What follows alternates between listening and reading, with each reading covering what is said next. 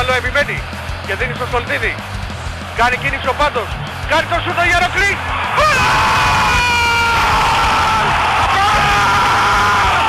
Γκολ ο Στολτίδη! 1-0 ο Γεροκλής Στολτίδη! Ο Μετρινός εκτελεί και δίνει στο Στολτίδη που είναι από αριστερά. Γεμίζει ο Κοβάσεβιτς κεφαλιά.